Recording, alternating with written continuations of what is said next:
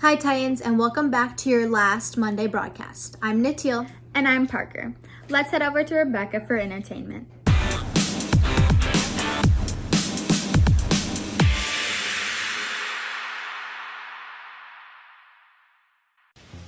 What's up, Huawei? I'm Rebecca Denti, and welcome back to entertainment. To conclude the trial, we're gonna go check out the winners for the Golden Global Awards. If you wanna go check out the winner for the best animated feature film, go on Disney Plus and check out Soul. What? Oh my goodness! Help! I'm not done! Oh my goodness! And then if you wanna check out the winner for the best motion picture drama movie, go check out Nomadland on Hulu. One of the things I love most about this life is that there's no final goodbye. And then go check out the winner for the best original song, EOC, or aka Scene, by Laura Pausini from the original Netflix movie The Life Ahead, aka La Vita Davanti a sé. Quando impari a sopravvivere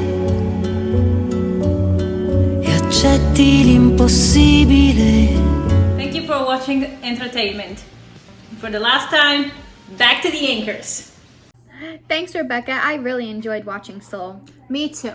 Now let's head on over to Connor.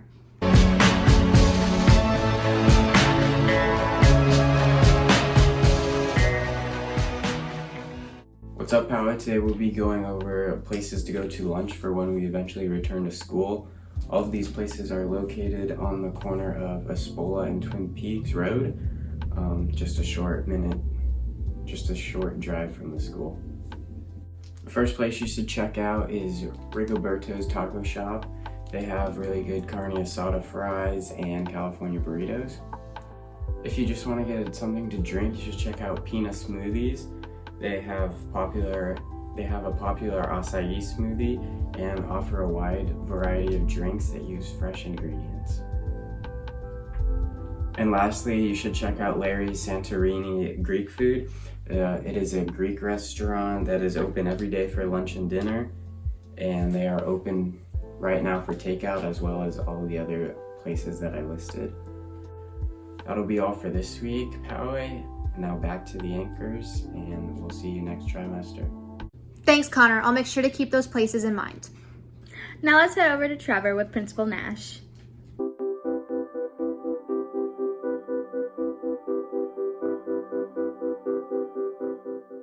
This is a weekly interview with Principal Nash to address common concerns of students. With that being said, let's take it on over to Principal Nash.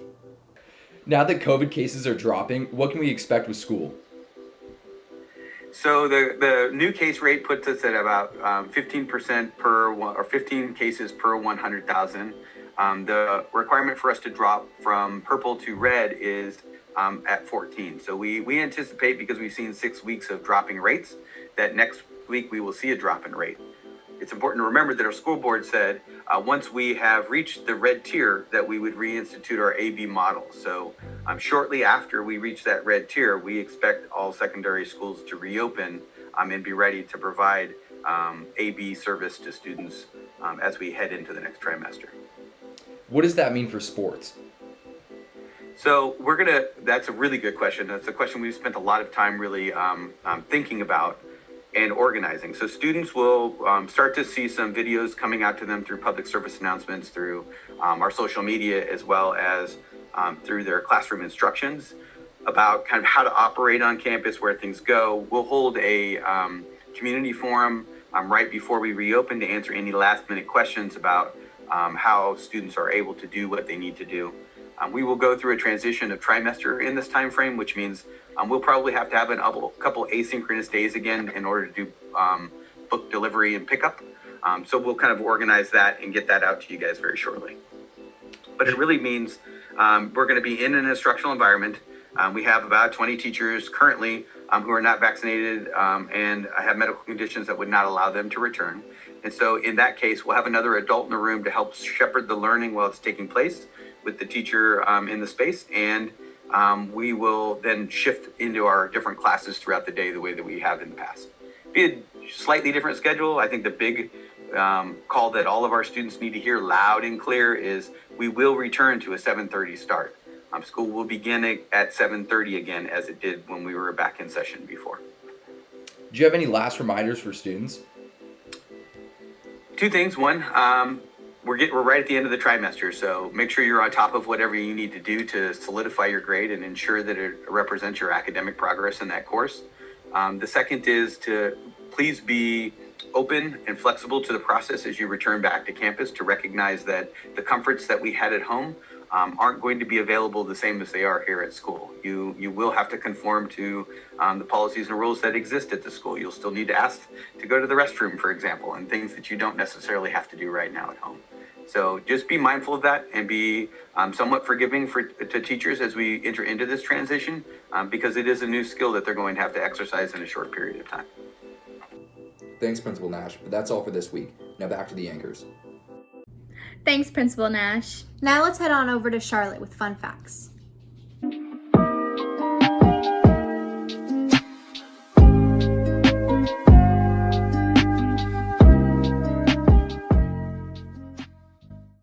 Hey Poway, it's Charlotte, and today's fun facts are going to be about Women's History Month.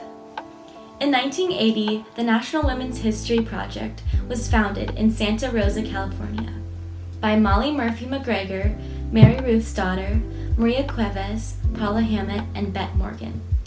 The reasoning for this was to broadcast women's historical achievements. March 7, 1982 was the first official Women's History Month. Women's History Month originated in 1981 after Congress passed it. This authorized the request for the president to proclaim the week beginning March 7, 1982. But this was designated as Women's History Week. Since 1980, the federal government has proclaimed March as National Women's History Month to promote, celebrate, and educate people on the amazing contributions of women in support of our great nation. Some colors that symbolize International Women's Day are purple, green, and white. I also believe that International Women's History Month should focus on the fact that women in other countries still do not have rights over their body, over what they can say, wear, or do. And I believe this is a perfect time to speak upon that and to maybe create a change within that society of controlling women, because I believe that we are more than equal, and I believe that they should have the power themselves to make their own decisions. And a woman is a person, not an object. So thank you to all the women that contribute their lives to making the world a better place. And on that note, goodbye, Poway. I hope you had a wonderful trimester, and good luck on your finals. Thanks, Charlotte. I really enjoyed learning more about Women's History Month. Me too. Well, Titans, that's it for this trimester. Have a wonderful next try.